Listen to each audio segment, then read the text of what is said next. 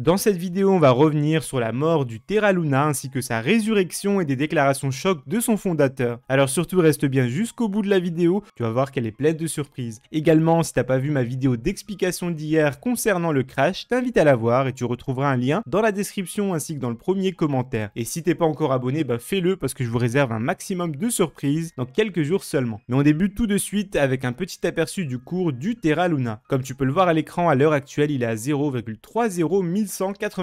Mais tu verras plus tard dans la vidéo que c'est encore plus compliqué que ça. Donc littéralement, le Terra Luna a perdu 99,59% de sa valeur et ça en quelques jours seulement. Et la première chose sur laquelle on va revenir, c'est la fermeture de la blockchain de Terra Luna dans un premier temps. Donc suite au crash, l'équipe a finalement décidé de mettre en pause la blockchain. Et cette pause a donc eu lieu au bloc numéro 760778-9. Et durant 9 heures, la blockchain de Terra Luna était totalement arrêtée. Et l'équipe derrière Terra Luna a ensuite tweeté qu'ils avaient donc désactivé les swaps on-chain, mais également les communications inter-blockchain. Et ça justement pour encourager les utilisateurs à utiliser des bridges, donc des ponts off-chain, comme par exemple le Bether. Et à ce moment précis, le prix du Terra Luna était à peu près à 0,008 centimes, et celui de l'UST à 19 centimes. Et donc suite à cette mise à jour, la blockchain a été relancée. Mais devine quoi, elle a été arrêtée une seconde fois. Mais vu que cette histoire ne manque pas de rebondissement, la blockchain a ensuite été arrêtée une seconde fois. Et donc seulement quelques heures après avoir relancé la blockchain de Terra, les validateurs se sont rendus compte qu'ils avaient une nouvelle fois pas assuré. Et cette fois-ci, ils ont mis le focus sur le bridge avec le Anchor protocole sur sa chaîne native. Et pour mieux comprendre l'histoire, il faut aussi rappeler que des gros exchanges avaient décidé durant la journée d'hier, mais également aujourd'hui, de délister tout simplement le token Luna. Donc dans un premier temps, beaucoup avaient désactivé les fonctions de contrat à terme, et ensuite certains ont également décidé de désactiver l'achat et la vente de Luna en spot. Et ça a été perçu par toute la communauté comme un fort signal de la fin définitive du Luna. C'est d'ailleurs pour cela qu'on a vu fleurir un peu partout sur internet des messages ainsi que des titres annonçant la mort de Terra Luna. Et parmi ces plateformes, on a retrouvé notamment Coinbase qui a annoncé la suspension du Luna, mais également l'exchange Kraken. Mais par contre, la position de Binance était beaucoup moins claire. Le CEO de Binance a annoncé dans un premier temps l'arrêt du trading de Luna. Et il a expliqué qu'il avait pris cette décision par le manque de connaissances des utilisateurs concernant l'expansion du Luna. Tu t'en es peut-être rendu compte, mais le nombre de tokens Luna a explosé à la hausse. Et j'ai vu que pas mal de personnes sur Telegram pensaient que c'était la team qui avait augmenté la supply. Mais tu verras un peu plus loin dans la vidéo que c'est en fait le système entre l'UST et le Terra qui augmente tout seul le nombre de jetons. Et c'est d'ailleurs ce que je t'avais expliqué dans la vidéo d'hier concernant ce système. Et donc encore une fois, si tu l'as pas vu, je t'invite à la voir tout de suite après celle-ci pour mieux comprendre. Et c'est comme ça que CZ, donc le CEO de Binance, a déclaré: certains utilisateurs ne sont pas au courant du grand nombre de Luna qui sont mintés en dehors des exchanges. Et que si jamais ils relançaient l'achat et la vente de Luna, et qu'ils autorisaient à nouveau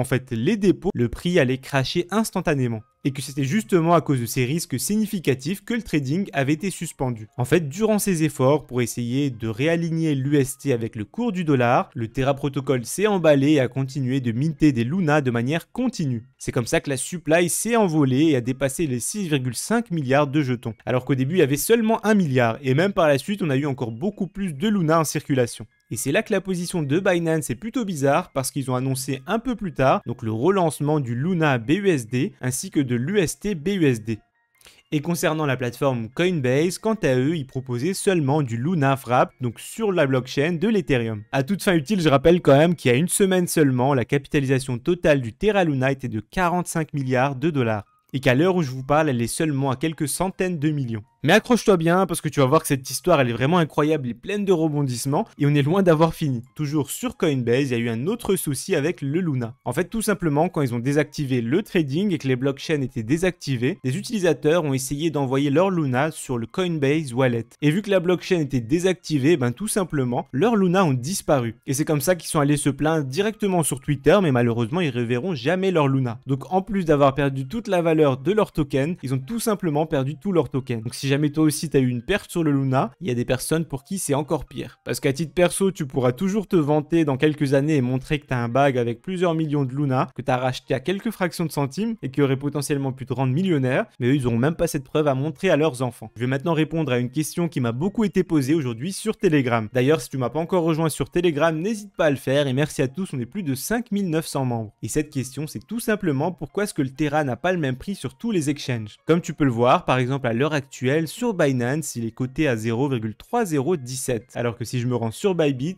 il est coté à 0,3 cents, soit la coquette différence de x200 sur Bybit. Et en fait, ça s'explique plutôt simplement. À partir du moment où la blockchain de Luna ainsi que les dépôts ont été coupés sur les différents exchanges, ça veut dire qu'ils codent simplement leur prix par rapport à leur propre exchange. Qu'est-ce que j'entends par là? En fait, le fait que les différents exchanges aient à peu près le même prix, c'est grâce à ce qu'on appelle l'arbitrage. C'est-à-dire qu'à l'heure actuelle, il y a des bots, donc des robots automatisés, qui achètent les tokens sur les plateformes où c'est le moins cher pour la revendre sur celles où c'est le plus cher. Et c'est en fait ça qui tend à réguler le prix entre les différentes plateformes. Mais s'il n'y avait pas ça et que toutes les plateformes étaient justement isolées, on aurait des gros écarts de prix. C'est d'ailleurs ce qu'on retrouvait à l'époque, moi qui étais là en 2015 et même en 2017, sur les exchanges, il y avait des écarts de prix tellement élevés qu'il était possible de faire donc de l'arbitrage et générer des milliers de dollars. On a d'ailleurs le CEO de la plateforme FTX qui a monté le début de sa fortune avec ce procédé. Bien entendu, pour tous ceux qui se posent la question est-ce que c'est toujours possible de faire ça, et ben écoute, quasiment plus tout simplement parce que maintenant c'est les bots, comme je te l'ai dit, qui régulent le prix et que tu seras jamais suffisamment rapide pour dépasser la vitesse des robots. Maintenant c'est plutôt marrant parce que ça illustre bien ce propos avec le Luna. Et donc qu'est-ce qui se passerait s'il réouvrait les échanges, la blockchain ainsi que les dépôts? Bah tout simplement le prix cracherait un peu partout parce que l'énorme quantité de Luna qui a été générée ne se trouve pas actuellement sur les plateformes, elle se trouve directement sur la blockchain. Donc toutes les personnes qui détiennent des quantités colossales de Luna en dehors des plateformes ne peuvent pas les vendre dessus. Et si la blockchain était réactivée, eh ben ils se jetteraient sur les plateformes et ils inonderaient le marché pour faire cracher le prix un peu partout. Et c'est ça qui explique qu'on a quand même une différence de quasiment x200 sur le Luna. Et on va maintenant revenir sur le CEO de Binance, à savoir CZ, qui s'est tout simplement plaint du comportement de la team de Luna et qui a expliqué pourquoi est-ce que sa position avait été ambiguë et qu'ils avaient bloqué puis réouvert le trading de Luna. Et il s'est exprimé à travers un long thread sur Twitter. Donc si jamais tu te débrouilles en anglais, je t'invite à le voir, et sinon, je vais te faire un bref récap à l'aide de cet article en anglais. Comme je t'en parlais tout à l'heure, CZ a mis en avant que pas mal d'utilisateurs ne comprenaient pas qu'il y avait un montant énorme de Luna en dehors des exchanges et que si jamais il était possible d'en acheter à nouveau ou du moins de l'envoyer sur les plateformes, ça allait tout dumper, tout cracher de manière phénoménale. Parce que là, on parle pas de quelques milliers de Luna, mais bien de milliards et de milliards. Et que c'était pour ça qu'il avait tout simplement donc suspendu le trading. Et pour ceux qui ont suivi toute l'histoire, je vous disais justement qu'il allait peut-être y avoir un plan de sauvetage pour le Luna de la même façon que sur Axie Infinity. Et ce qui est intéressant, c'est qu'aujourd'hui, CZ il revient là-dessus. Il explique qu'il est très vite entré en contact avec la team de Terra Luna et qu'il leur a demandé de restaurer donc le réseau et de brûler tous les Luna qui avaient été mintés. Et ça pour essayer de revenir justement à équilibre sur l'UST. Mais selon lui, il n'a eu aucune réponse à son message. Et c'est là qu'il fait justement le contraste avec Axie Infinity qui s'était fait hacker donc les 600 millions de dollars et qui avait tout de suite répondu à CZ, qui avait un plan,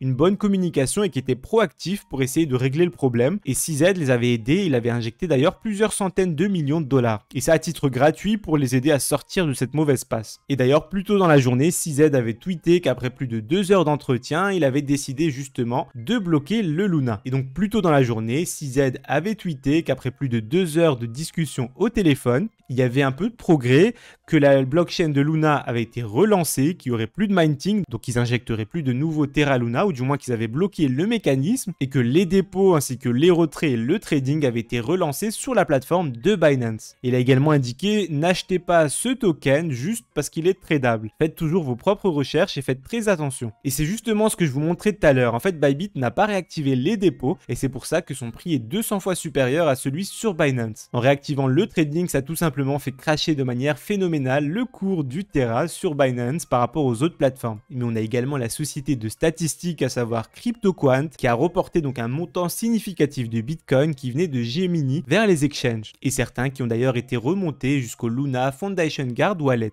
Et c'est donc pas moins de 37 000 Bitcoins qui se sont déplacés depuis Gemini vers les autres exchanges le 8 mai. Ensuite, la Luna Foundation Guard avait été obligée donc d'annoncer qu'ils avaient vendu 750 millions de Bitcoin pour essayer de protéger le peg de l'UST. Et pourquoi est-ce que je vous parle de ça maintenant? Parce que pas mal de personnes se sont questionnées sur la décision de passer justement par Gemini et non pas par d'autres plateformes comme Coinbase ou encore OKX. D'ailleurs, si ça t'intéresse, n'hésite pas va me le dire dans les commentaires et je te ferai un petit récap sur qui est le fondateur du Terra Luna et quel est d'ailleurs l'autre stablecoin qu'il avait déjà crashé dans le passé. Donc à ce point de la vidéo, tu te poses sûrement la question, ok, mais où est-ce que je vais en venir et vers où est-ce que va le Terra Luna? Donc comme je te l'ai expliqué pour récapituler, là je vais essayer entre guillemets de clore ce chapitre avec les déclarations du fondateur. Donc arrivé à ce point de la vidéo, tu te poses sûrement la question de savoir, ok, mais vers où va maintenant Terra Luna? Bah à l'heure actuelle, comme je l'ai expliqué, vu que le trading a été relancé notamment sur Binance et que le prix a fortement craché, pour moi le Terra Luna est bel et bien mort, du moins sous cette forme-là. Mais tu vas voir maintenant avec les déclarations donc, de son fondateur qu'il y a peut-être un espoir, du moins sous une autre forme. Cool, le fondateur Do Kwon, qui avait été donc plutôt silencieux pendant une journée, s'est exprimé il y a 5 heures maintenant sur le forum, donc sur l'agora de Terra Money.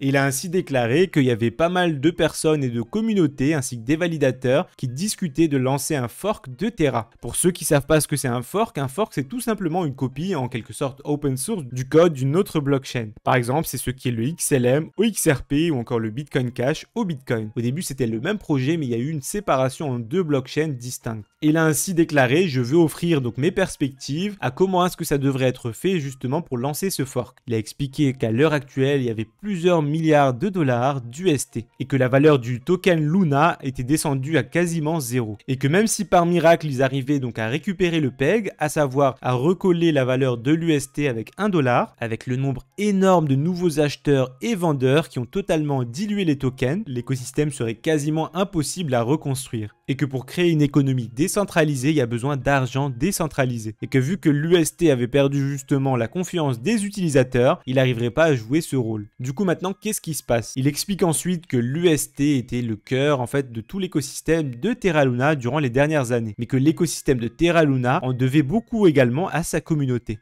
Il a expliqué que toute la communauté avait construit le projet ensemble pour développer donc un écosystème de crypto vibrant avec des esprits intelligents autour du monde afin de construire de meilleurs produits et qui avait également donc plusieurs millions d'utilisateurs à travers le monde de la Terra Station. Donc selon lui, la communauté de Terra doit reconstituer la blockchain pour préserver justement la communauté ainsi que les développeurs. Et pour lui, pour faire ce lancement, il faut que les validateurs restartent en fait le réseau avec 1 milliard de tokens et qui distribueraient de cette façon. Donc 400 millions, soit 40% aux holders de Luna avant le depegging. Ça veut dire tout simplement avant qu'il y ait justement le flash crash de l'UST. Il y aurait donc un snapshot, c'est-à-dire une capture des utilisateurs qui avaient acheté ou qui détenaient du Luna avant qu'il y ait eu tout ce problème et tous ces soucis. Il a également expliqué que la nouvelle blockchain devrait appartenir à la communauté et qu'il faudrait respecter la parité sur le réseau justement pour qu'il n'y ait pas des personnes qui détiennent trop de tokens. Il a ensuite indiqué que 400 autres millions, donc 40%, devaient être reversés aux holders, cette fois-ci non pas de Luna, mais aux holders d'UST. Et qu'il fallait justement essayer de repayer au maximum les holders de Luna. Et ensuite, il a également dit qu'il faudrait redistribuer 100 millions, soit 10%, aux holders de Luna, qui était là en fait au dernier moment de la blockchain. Et que selon lui, justement les acheteurs marginaux qui ont acheté du Luna devraient recevoir une compensation pour leur tentative en fait de restaurer le réseau. Parce qu'il faut savoir que pas mal de personnes ont commencé à dire acheter massivement du Luna, on va essayer de sauver le système. Et donc ça paraît quand même plutôt logique d'également donner une rétribution à ces personnes-là. Ensuite, il a indiqué qu'il faudrait donner 100 millions, soit 10%, à la pool communautaire pour le futur développement. Et que tout le reste des Luna devrait être stacké sur le réseau. Et qu'il faudrait également faire en sorte que l'inflation reste à un taux raisonnable autour des 7%. Il a ensuite également expliqué que cette distribution faisait sens car les holders d'UST devaient posséder une grosse partie du réseau et que ça serait en quelque sorte justement pour compenser la perte parce que c'était grâce à eux que l'ancien réseau fonctionnait. Et selon lui, le plus important encore une fois était de protéger la communauté du Terra. Et il explique également que la raison d'être du Terra était qu'une économie décentralisée devait posséder de l'argent qui était elle-même décentralisé. Et que c'était justement la vision plutôt excitante de ce token et de l'UST en lui-même. Mais que la priorité numéro 1 à l'heure actuelle était de préserver donc l'écosystème incroyable de Terra Luna. Et il a également expliqué qu'il espérait que la communauté pourrait trouver un consensus et s'entendre pour faire revivre l'écosystème du Terra. Bon, alors qu'est-ce que ça veut dire pour nous? Ça veut dire tout simplement que si jamais tu possédais des Terra avant et que la distribution bien sûr se place comme le plan qu'il a proposé, parce que pour l'instant on n'a pas de vote là-dessus, mais si c'était le cas en tout cas, donc il y aurait 40% des jetons qui seraient redistribués aux personnes qui avaient du Terra avant qu'il se passe tout ce qui s'est passé, 40% de la même façon mais aux holders du ST, donc du stablecoin, mais également 10% à ceux qui ont acheté au dernier moment et qui ont gardé en fait leur token jusqu'à la mort du réseau. Donc en gros, si jamais tu possèdes des tokens maintenant et que ça se passe comme il l'indique, hein, donc c'est pas sûr. Hein. Lui, il a fait juste simplement une proposition. Peut-être que la blockchain va être fermée et que toutes les personnes auront tout simplement tout perdu. Et je parle bien sûr par là de tous ceux qui ont acheté après qu'il y ait eu ce problème-là. Mais si jamais la communauté accepte cette redistribution, tous ceux qui auront acheté du Luna au dernier moment pourront quand même récupérer du coup des tokens sur le relancement en fait de la blockchain. Bien sûr, c'est très difficile de savoir ce qui va arriver. Est-ce que la communauté va suivre ou est-ce qu'ils veulent tout simplement plus de ce projet mais lancer un autre projet parallèle avec la même communauté et sans redistribuer en fait les tokens et en prenant en compte que toutes les personnes qui ont acheté avant ou après du Terra sont perdantes. Seul le temps nous le dira et n'hésite pas à me donner ton avis dans les commentaires. En tout cas, j'espère que cette vidéo t'a plu. Même si j'ai eu une énorme journée, j'ai essayé de te décrypter au mieux tout ce qui s'est passé sur le Terra. Et si jamais durant la journée de demain il y a des rebondissements, je ferai en sorte de te faire un nouvel update. Si t'as aimé la vidéo, n'hésite pas à mettre un like. Si t'es pas abonné, abonne-toi. Et surtout, donne-moi ton avis dans les commentaires.